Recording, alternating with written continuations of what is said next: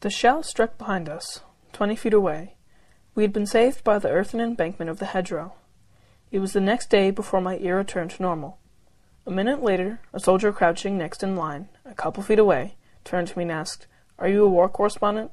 I said I was, and he said, "I want to shake your hand." And he reached around the bush, and we shook hands. That's all either of us said.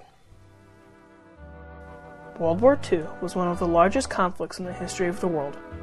Nearly every continent and nation felt the effects of this global affliction. Men and women from around the world mobilized for war and traveled to fight their causes. News of friends, families, and loved ones became a crucial part of life. People communicated and exchanged news by letters, newsreel at movie theaters, the radio, but for the most part, people received news by newspapers. The role of the newspaper journalist and columnists became vital to daily life of the American citizen. Most stories written about the war focused on high-ranking military figures and presented the basic facts, with little sensitivity to the individual. They focused on the general progress of the war and casualty figures, looking at large battles and large faceless groups of men and material. There had been a long-standing journalistic tradition to neutrally present facts. This led to colorless news stories void of emotion. Articles written this way did not adequately tell the truth of war. In truth, war is filled with death, destruction, and ruthlessness, but also humanity, hope, and honor.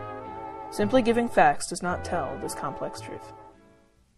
One individual challenged this long-standing tradition and created a new approach to the reporting on the war, and forever changed the role of the war correspondent. This correspondent's new approach propelled him to the forefront of American journalism, and he became one of the most well-known war correspondents of his time. In his short term as a national figure, he developed an unchallenged reputation and received recognition and admiration from the people who read and appeared in his column. His new approach still brought his readers the facts of the war, but did so in a way that was personal, emotional, and focused on the common soldier. His writing filled the gap in the true knowledge of the goings-on of the war. He brought a new level of truth to his readers.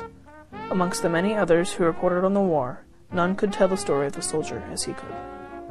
This journalist had a unique style of writing that injected his personality into the columns.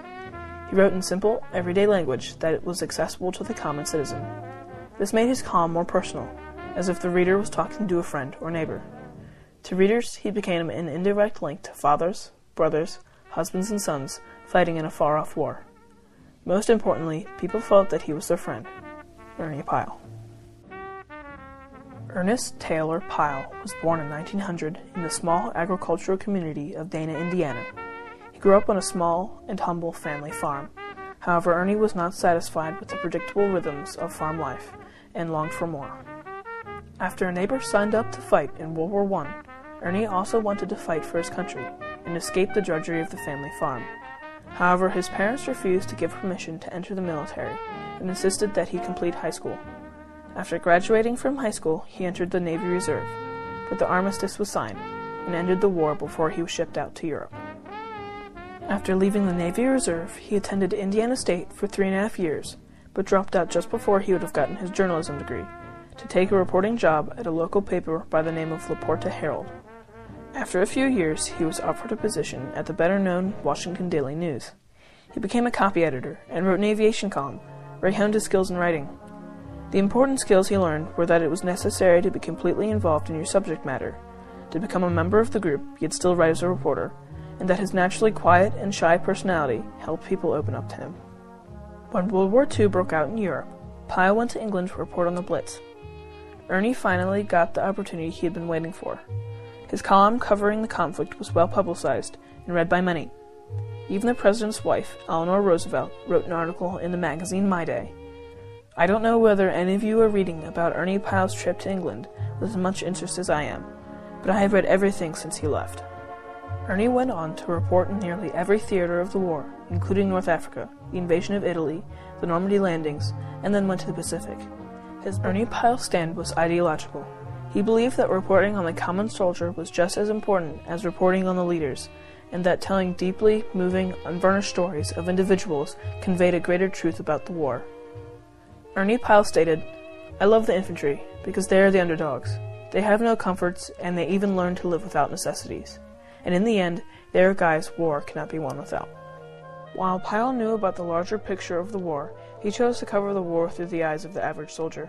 He wasn't motivated by getting the big scoop on Patton or Montgomery or other high-ranking individuals. In fact, a friend recounted, Patton's bluster, show, and complete disregard for dignity of the individual was the direct antithesis of Ernie's gentle character.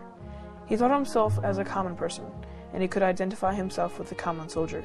He worked vigorously to show the people at home that not even the private sitting in a rain-filled foxhole should be forgotten. He showed the atrocities of war through the eyes of the common soldier, but did it very subtly and very personally. One of his colleagues, Hal Boyle, said he was able to write about war in terms of men who fought it.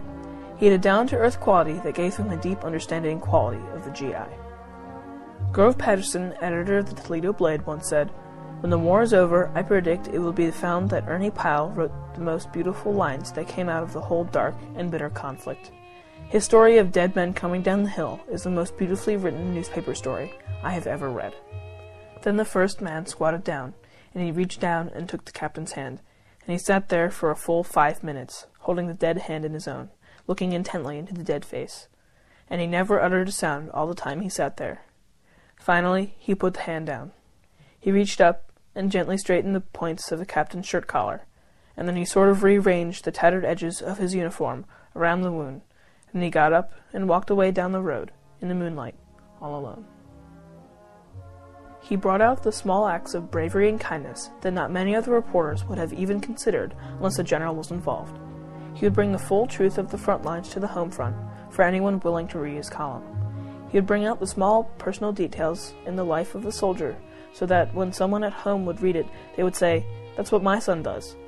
Ernie Pyle's style of writing gave a view into the life of individual soldiers, but the readers were able to see their own family members, friends, and loved ones in the stories, making it feel as if that's her son flying the plane, or that's his son bandaging the wounded soldier. His writing was so profound and well liked by all that Ernie Pyle was awarded the Pulitzer Prize for his column in 1943. Ernie Pyle would rarely rest while on the job.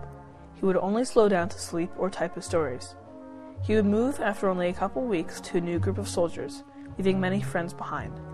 With the passage of time, it seemed to Ernie Pyle as if it was becoming more urgent to get the word of every soldier out to the public. In doing his job, he shared the risks of the soldier. He risked hunger, fear, and even death. Pyle once told a friend, "I try not to take any foolish chances, but there's just no way to play it safe and still do your job." His comment to his friend would prove prophetic. While covering the battle on the Japanese island of Ishima, Ernie Pyle was shot and killed. The Associated Press Dispatch read in part, "The luck of Ernie Pyle, who twice escaped death while reporting the European war, ran out today when an ambushed Japanese machine gunner cut down the famous columnist with a quick burst from his hidden weapon." The soldiers serving with Ernie Pyle were so moved by his death that they erected a makeshift memorial that read, "On this spot, the 77th Infantry Division lost a buddy, Ernie Pyle, April 18, 1945. This makeshift monument was later replaced with a permanent memorial that stands to this day. President Harry S. Truman said in a comment on Pyle's death, "No man has so well told the story of the American fighting man as the American fighting men wanted it told." Ernie Pyle lives on through the reporting of other war correspondents up through today. His approach has been copied and perfected for radio and television. The influence of Ernie Pyle has been evident in some of the best war reporting from the Korean conflict to Vietnam to the Cambodian and Rwandan genocides to the embedded reporters in the current wars in Iraq and Afghanistan. Ernie Pyle took a stand by reporting on the common soldier, becoming his friend, and sending a greater truth to the home front. It is ironic that the shy, quiet personality of a single individual reporting a greater truth has so profoundly changed the way we view the world.